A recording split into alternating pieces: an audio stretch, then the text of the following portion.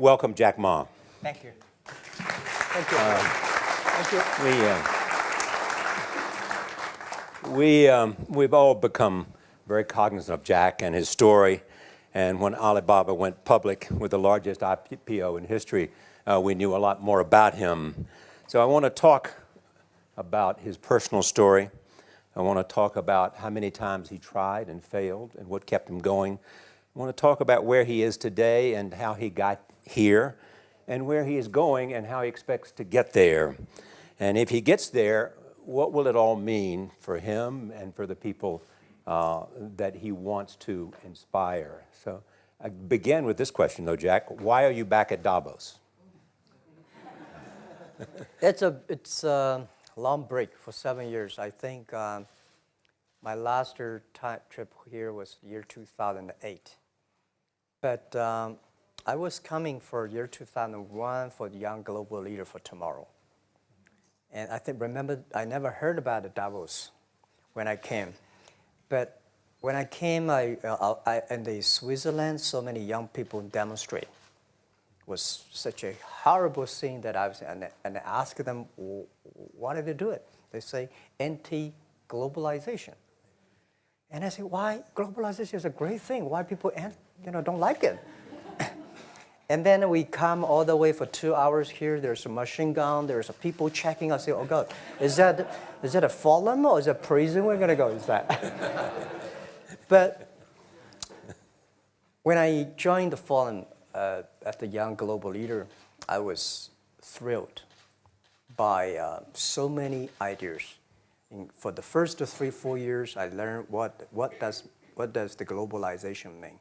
What does the corporate citizenship mean? What about social responsibility mean? All these new ideas, and I see so many great leaders talking about leadership, and I benefit a lot.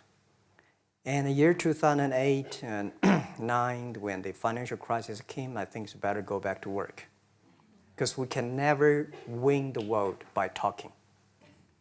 So go back, spend 7 years. Now I come back, I think it's time to do something return, because I learned so much. Let's talk 12 years ago. So why I should not talking to the young global leader of today, sharing with them how we've gone through. Okay. So that was the thing. Let's start with where you are today. Just how big is Alibaba? How many people come every day? How many people come in a week? How fast is it growing? Yeah, we have over 100 million buyers visiting our site, shopping our site every day. And we created 100 million every day. We created 14 million jobs for China, directly and indirectly. And we grow from 18 people to 30,000 people, 18 people in my apartment, to now we have a 4 big campus. Compared to 15 years ago, we were big, but compared to 15 years later, we're still a baby. How big will you be 15 years from now? I think 15 years ago, I told my team that 15 years, in the past 15 years, we grow from nothing to this size. And 15 years later, I want people to know about Alibaba, know Taobao, because it's already everywhere.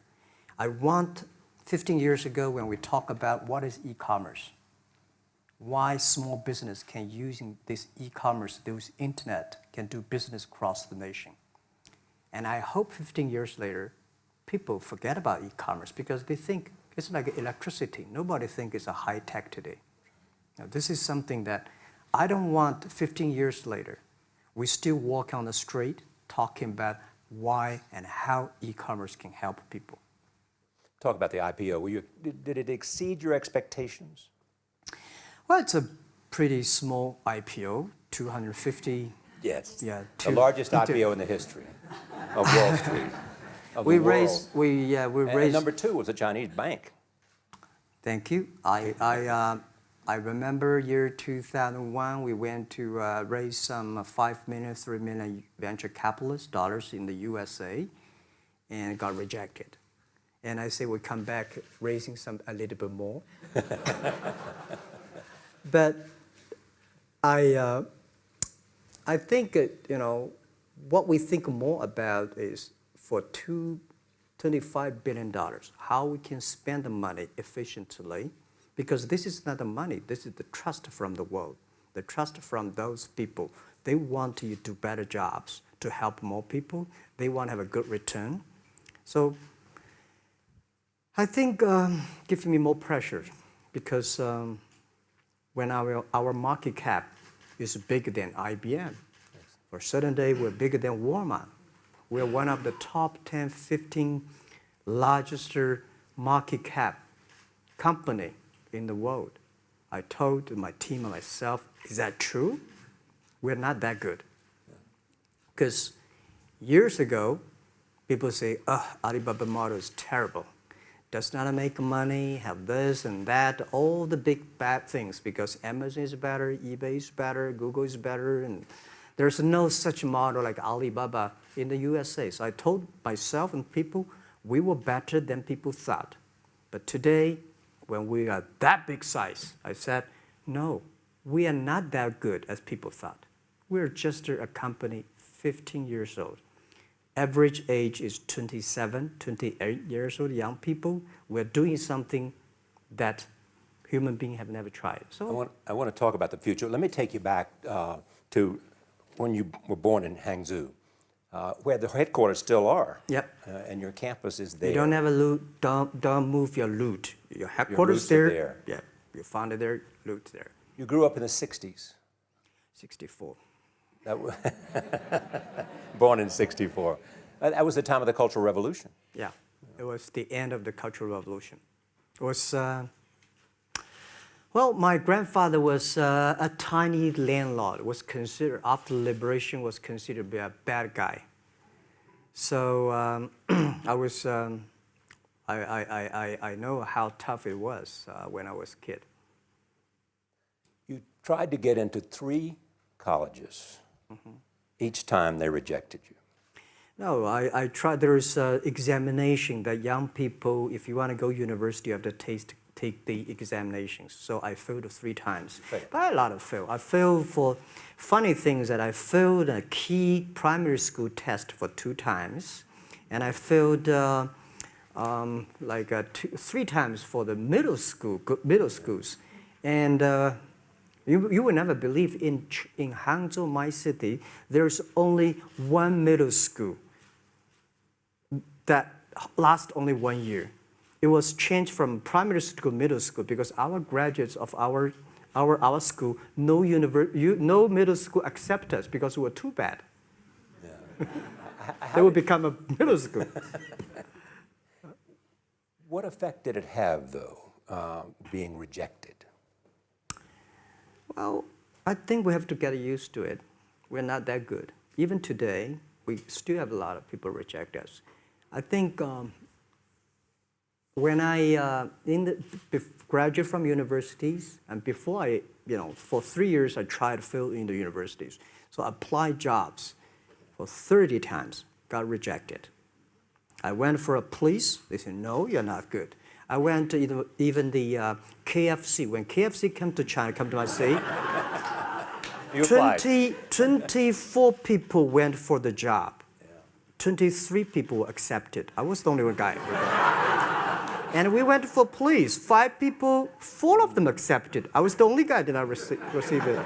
So to me, being turned down, rejected. Oh, by the way, I told you that I applied for Harvard for 10 times, rejected. I know I'll be rejected. I just don't want to say that. They're sorry now. 10 times you wrote them and said, I'd like to come to Harvard. Yeah. And then I told myself, someday I should go teach there, baby. I think that can be arranged. Richard Nixon came to Hangzhou. Yeah. And after that, tourists flooded the place. Yeah. And that's how you learned English. Yeah. I really like I don't know why, at 12, 13 years old, that time I suddenly fell in love into the language, the English.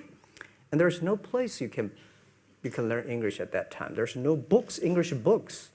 So I went to the Hangzhou Hotel, now called Hangzhou Shangri-La Hotel, because that was the hotel can receive the foreign visitors. So every morning for 9 years, I showed them around as a free guide, and they taught me English. And I think that changed me. Today, I'm 100% made in China. I've never got a one-day train outside China. Yeah. And when people talk to me, say, Jack, how can you speak English like that? Why sometimes you talk like an Western guys? I think that was the 9 years. These Western tourists opened my mind because everything they told me are so different from the things I learned from the schools and from my parents. So now I have a habit. Whatever I see, whatever I read, I use my mind. Think about for 2 minutes. Is that how Ma Jun became Jack Ma? Actually, Jack, the name was given by a lady in tennis. She's a tourist. She came here and she said, came to Hangzhou. We become a pen friends. Ma Ring is so difficult to pronounce. So she said, do you have an English name? I said, don't. So can you give me an English name? She said, okay. She said, my father called it Jack. My husband called Jack. What do you think about Jack? I said, good. So I've been using that for that many years. Yeah. First visit to America, 1995? 1995, yeah. I come here for a project helping the local government to building up a highway. And you tried the internet. I tried the internet in Seattle. And in a building called the U.S. Bank. I don't know whether the U.S. Bank is still there or not, but it's a building. And my friend opened a small office, which is like only 10% bigger than this room. And there are a lot of computers in there. And he said, Jack, this is internet. I asked, what is internet? He said, search whatever you want. At that time, they used Mosaic, very slow, right? Yeah. And I said, I don't use it. I don't want to type because computer is so expensive in China. If I destroy it, yes, I cannot pay. He said, just to search it. So I searched the first word, beer. I don't know why, because it's easy to spell, baby. And I see beers from Germany, beers from USA, beers from Japan, but there's no beer from China. And I say, okay, type the second word is China. No data. Nothing. Nothing. And I said, 1995. 1995, no data about China. So I talked to my friend, why not make something about China? So we made a small, very ugly looking page called China. It's something like I did a translation agency, we listed on there. It was so shocking.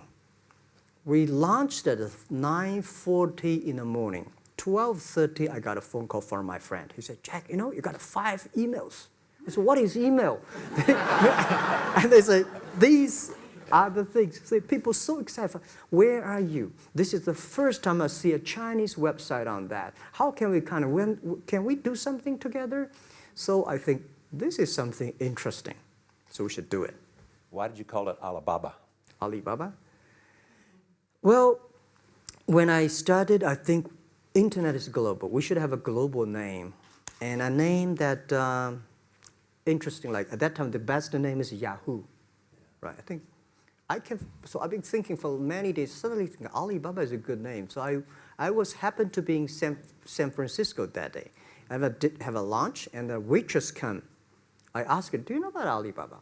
She said, yes. I said, what is Alibaba? She said, Open Sesame.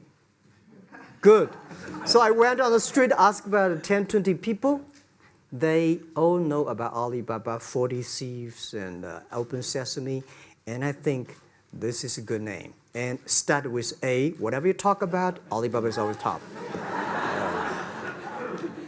You have said before that in creating Alibaba, you had to create trust.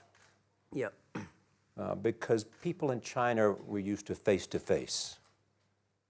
Yeah. How did you create trust? I think because we started about doing business on internet. I don't know you, you don't know me. So how can you do things online unless you have trust? So for e-commerce, the most important thing was trust. I think when I first went to USA for raising money, talk to the venture capitalists, a lot of people say, oh, Jack, no. China doing business by the guanxi. How can you do business on internet? And I know that without the trust system, the credit system, it's impossible to do business.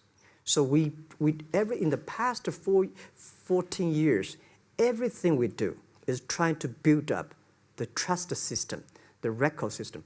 Well, Charlie, I'm so proud today when I talk to the young.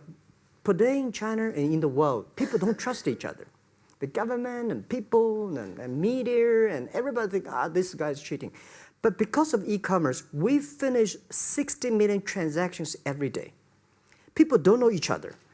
I don't know you, I send products to you. You don't know me, you wire the money to me. And I don't know you, I give a person a package, I don't know him. He took something to cross the ocean, cross the river, and send. This is the trust. We have at least 60 million trust happening every day. But you created it by creating an escrow account in the beginning. Yep. And so you keep the money until they got the product. Yeah. And then you release the money. That's true. I mean, the escrow service is about Alipay. When I had, this idea, I would love Davos, because it was a big decision. Because for first 3 years, Alibaba is just like e-marketplaces for information. What do you have? What I have? We talk a lot of time, but don't do any business because there is no payment. I talk to the banks. No banks want to do it. Banks say, no, this thing never work. So I don't know what to do.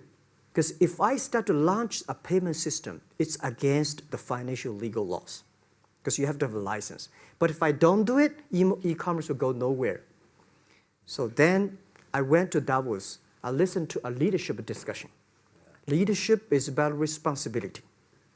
And after I listened to that panel, I give a call to my friends, my colleagues in my apartment, say, do it now, immediately. If something wrong, the government not happy about that, if one body has to go to the prison, Jack might go to the prison. Because it is so important for China, for the world, to build up the trust system. And if you did not do it, I said, and do not do it properly, stealing money, money wash, no trust record, I send you to the prison. So that was the thing. And people don't like it. So many people I talked to at that time for Alipay, they say, this is the stupidest idea you have ever got. But I say, I don't wear the stupid clever as long as people use it. Now we have 800 million people using this Alipay. Stupid things, if you do whatever is better. Alipay is a privately held thing. It's not part of Alibaba. No, it's a private. Let me talk about money for a second. Yeah. You have never gotten money from the Chinese government? No. None. I want it at the beginning, and later I don't want it because I think if the company always think about picking money from out of the government pockets, that company is rubbish. Think about how can you make money from the customers and market and then help customers succeed. That's our philosophy. No money from Chinese banks? No. No. I at that time I want, and now they want to give me, I don't want it. Yeah. All right. Your relationship with the government. Mm-hmm. Yeah. What's your relationship? I mean, if they didn't, here's what some say, that you have existed in an environment that's not, they have restricted competition for you. And that's a pretty good thing to do for a private company. Yeah. I think the relationship with the government for us is very interesting. For the first 5 years, because I've been working as a part-time jobber for a government organization called Ministry of Foreign Trade, 1997, for 14 months. And I learned that you should never rely on government organization to do e-commerce. And I started a business. I told my people and team, in love with the government, but don't marry them. Yes. Respect them. And a lot of people say, well, government officers talking about internet, the censorship and this, that, and they worry about. I think it's the opportunity, it's a responsibility talking to them, tell them how internet can help. So you tell them we create jobs. Oh yeah, I think a lot of people debate and fight against them. And in the first 12 years, anybody come to my office, I sit down talking to them, how we can help economy, how we can create jobs, why China will improve by the internet. I think because internet that time is new to any government. And if you convince somebody, and you have the chance. So today I'm very talkative. That probably this is why I talk to so many people. So, I mean, if the government comes to you and asks you to do something for them. Normally, when government comes say, Jack, can you do this project? I say no. I say no. I can introduce some friends who are interested in doing that for you. But if they continue to want me to do it, I say, okay, I do it, but I don't charge. I hope next time don't come to me again. But recently, we help some government organizations do it. For example, every Spring Festival, the train ticket is so difficult. Hundreds and thousands of farmers work in the cities. In the Spring Festival, they go to the hometown. But when they order tickets on the other way, the whole system crashed for 5 years. So I told my young people, go support them. Don't charge anything. Because I don't want to see millions of farmers go back to city and they cannot buy the tickets. So it's something that it's not for money. It's something it's not for the government. It's for the millions of people. They can buy tickets in the snowy night and they don't have to wait. They just use mobile phone, online, they get ticket. One way stop along the route to where you are in that big IPO was Yahoo. Jerry Yang gave you invested $1 billion. Yeah. $1 billion. Yeah. It turned out to be a pretty good investment for Yahoo. Yeah. But one time after another, you raised this money on your own outside of China with investors.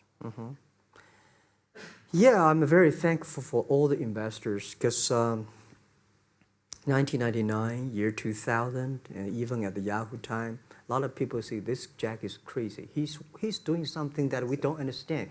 A lot of venture capitalists give you money because there is such a American model already there. But they say, Alibaba, we don't see this kind of model, right? They say Jack's crazy. Is what yeah, this is crazy guy. I mean, yeah. I remember my first time in Time magazine, they call me Crazy Jack. And I think crazy is good. We are crazy, but we're not stupid. We know what we are doing, but if everybody agree with me, if everybody believe our idea is good, we have no chance. So that's the money we raised. We're very thankful. So when our investors make a lot of money, I feel proud and honored. As you know, in the United States, issues have risen about privacy. Yeah. Google and Apple, and questions of whether the government should have access to files. How do you handle that if the Chinese government says you know a lot about people? You have transactional relationships with lots of people. And they say, we want to see your files. Well, so far I don't have this kind of problems from Chinese government. And I told them, any government, if you come here for the national security, anti-terrorist, well, anywhere, anti-terrorist, we work together. It's a criminal, we work. But rest of that, no. I said, we are a business. The data is so precious because we don't know how. Because if we give to anybody, it's going to be a disaster. And also about privacy issues. I think, just like hundreds of years ago, people say, I would rather put money under my pillow rather than put in the banks. But today, banks, they're special. They know how to protect money much better than you do. Privacy issues, all these kind of securities, today, we may not have the solutions. We don't have the answer. But I believe our young people have the solutions. In the next 10, 20 years, there will be breakthrough on that. And I'm fully confident on that. Your life is a testament to the idea that nothing is impossible. That if somebody says no, you say it's just the beginning. Where does that come from? Well, at the beginning, I never thought, I thought when I was young, I said, everything's possible. Now I know not everything's possible. When you have something, you have to think about, you have to consider about the others. You have to consider about the customer, society, your employees, your shareholders, society. There are so many things that I think if you continue to work hard, there's possibility. And I just feel that I'm enthusiastic about what we are doing. At the beginning, for the first 5 years, I just want to survive. And 5 years later, I think... That's 2000, from 90... Yeah. But later, I think, wow, so many people's life changed. I was so excited, you know, for the first 3 years, we made zero revenue. Zero revenue. But we are so excited to continue to work. You know what happened? I remember many times when I go to a restaurant and have dinner, somebody came, when I was trying to pay the bill, the owner of the restaurant came to say, "Sir, your bill is paid by someone." And the small note say, "Hey, Mr. Ma, I'm your customer of Alibaba Group, Alibaba platform. I made a lot of money, and I know you don't make any money. I pay the bill for you."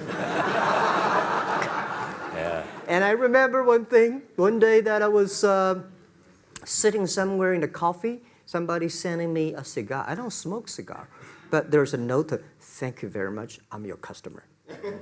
And I remember in the Taobao days, I was at the Shangri-La Hotel in Beijing. When I get on the taxi, the man who opened the door for me, the boy at the gate, he said, "Jack, thank you very much. I'm the service here. My girlfriend makes more money than I do on your site."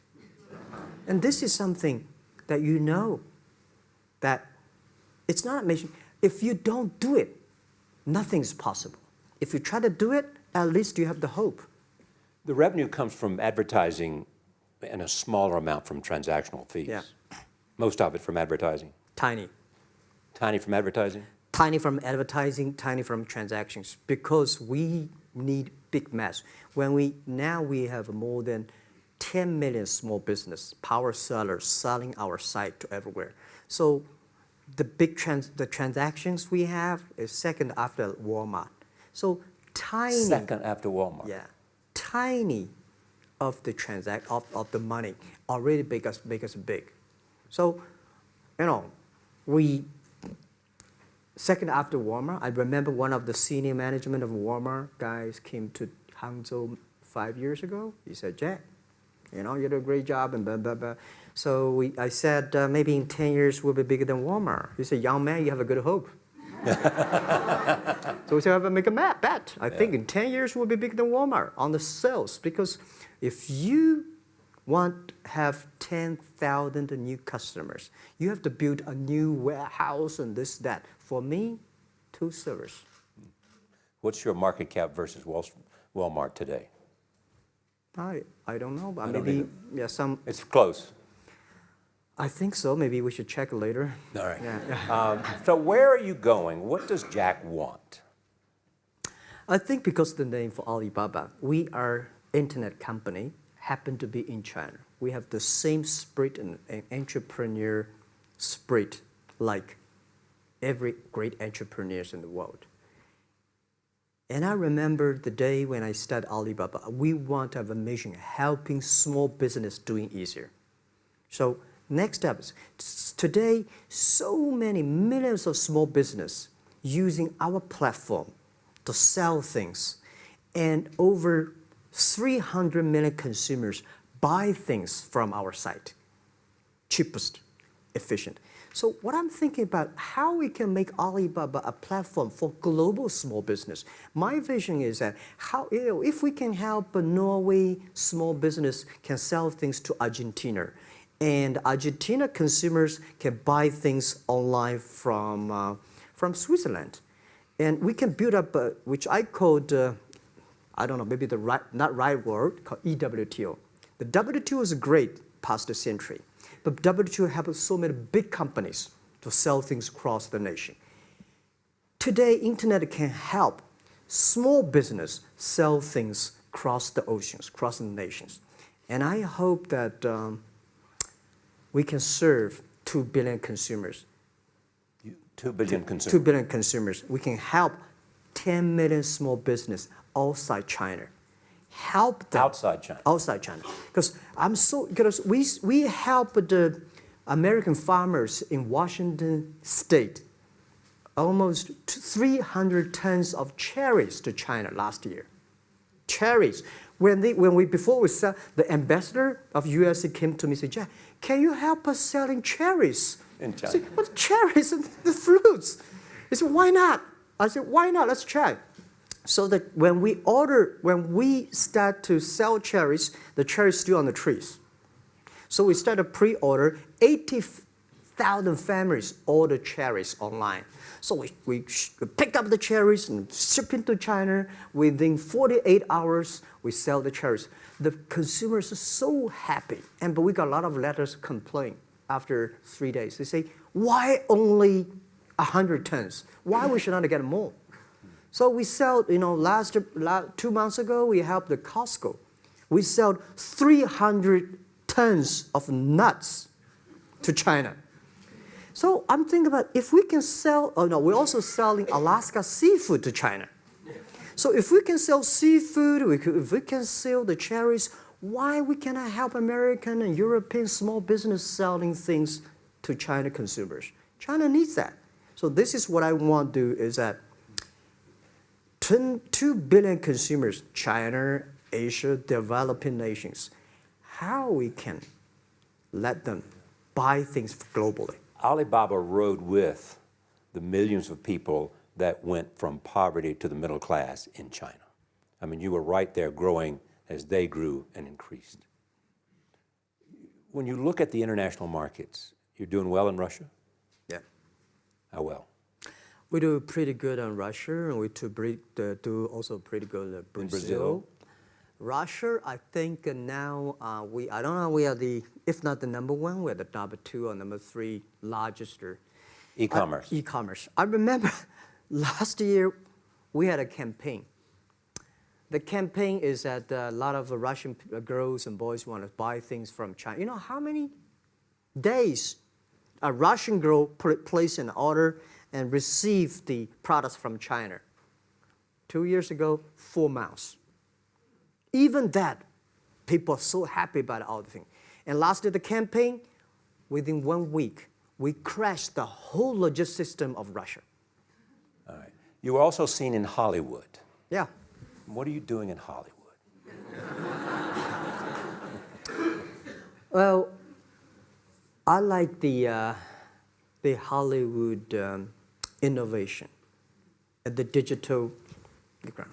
I learned so much about the Hollywood movies, especially the Forrest Gump. You love Forrest Gump. I love Forrest Gump. Well, why do you like him? Simple. Never give up. Never give up. People thinking he's dumb, but he knows what he's doing. And I was very depressed the day, year 2002 or 3 in the States, when a bit earlier than that. I was very depressed when I could not find out a way for the internet. And then I watched the movie in my friend's home, Forrest Gump. When I see him, I think, this is the guy we should learn from. Believe what you're doing, love it, whether people like it, don't like it, be simple. And like the word, life is like a box of chocolate. You never know what you can get, right? I never know I would be here talking to you and talking to Charlie Rose. I never know. But today I made it. I told my people in my apartment 15 years ago, guys, we have to work hard, not for ourselves. If we can be successful, 80% of the young people in China can be successful. We don't have a rich father, powerful uncle. We don't have $1 from bank, 1 cent from government. Just work as a team. So what do you worry about? I worry about it today. Young people, a lot of young people lose hope, lose vision, and start to complain. Because we also have the same period. Because when it's not a good feeling being rejected by so many people. We also depressed, but at least later we find that the world has a lot of opportunity. How you see the world, how you catch the opportunity. So, and the Hollywood gives me a lot of inspiration. You know? But you were out there for business.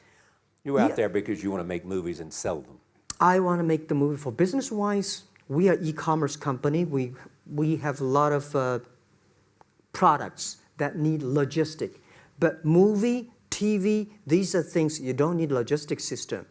And movie probably is the best product that can help Chinese young people to understand. Because one thing I told the Chinese people, my friends, in American movie, all the heroes at the beginning, they look like a bad guy. Terrible things coming, they become a hero. And finally, they all survived. China, if you're a hero, all the hero died. So, because only dead people become the hero. So nobody want to be the hero. So you want to change the Chinese definition of hero? Yeah, I want to say hero. Today we have so many heroes live in this world. Are you still writing these kung fu novels or are you just reading them? I read them and I start to write something. I think it's fun. The kung fu is something you start to think about something that you cannot do. But if you have some luck, if you continue to practice, if you got a good master, if you're a good team, you get expert. So at least to make me, when I'm busy, when I'm tired or frustrated, I read kung fu books. And You also travel with a Tai Chi. Am I saying that right? A trainer. Tai Chi? Tai Chi. Tai Chi. Tai Chi, yeah. What does that do for you other than keep you in good health? I love Tai Chi. Tai Chi is a philosophy about yin and yang. Yeah. Tai Chi is about how you balance, how you work, like a competition. People say when I compete with eBay, say, you hate eBay. No, I don't hate eBay. It's a great company. You know, they come, I go. You know, Tai Chi is like, you fight here, I go over there. You put it on the top, I go to down, right? So it's a balance, right? You are heavy, I'm small, you know.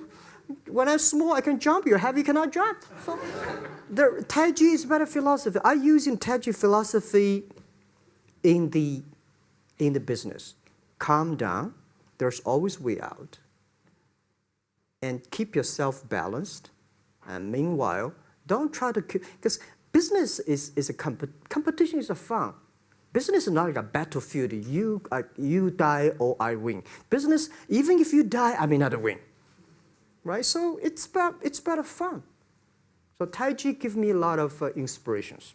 But you want your life and you want this company, Alibaba, to change the world.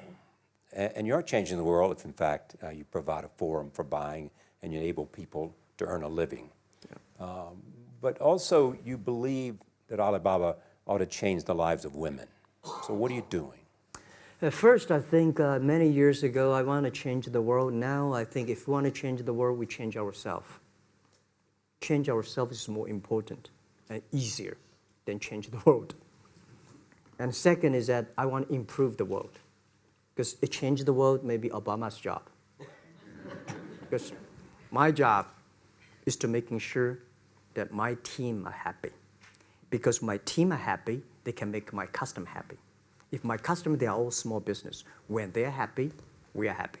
About women, one of the secret source for Alibaba's success is that we have a lot of women. What percentage of women one among Alibaba day employees? before, I think 2 or 3 months before we IPO, there's American journalist come to our company. She asked me a question. Jack, I've seen so many women in your company. I say, what's wrong? We have later we find that we have 47% of the employees of our company are women. How many? 40? 47% of our company are women. And we actually had a 51 because we acquired some company these days. They have more men, so balance that.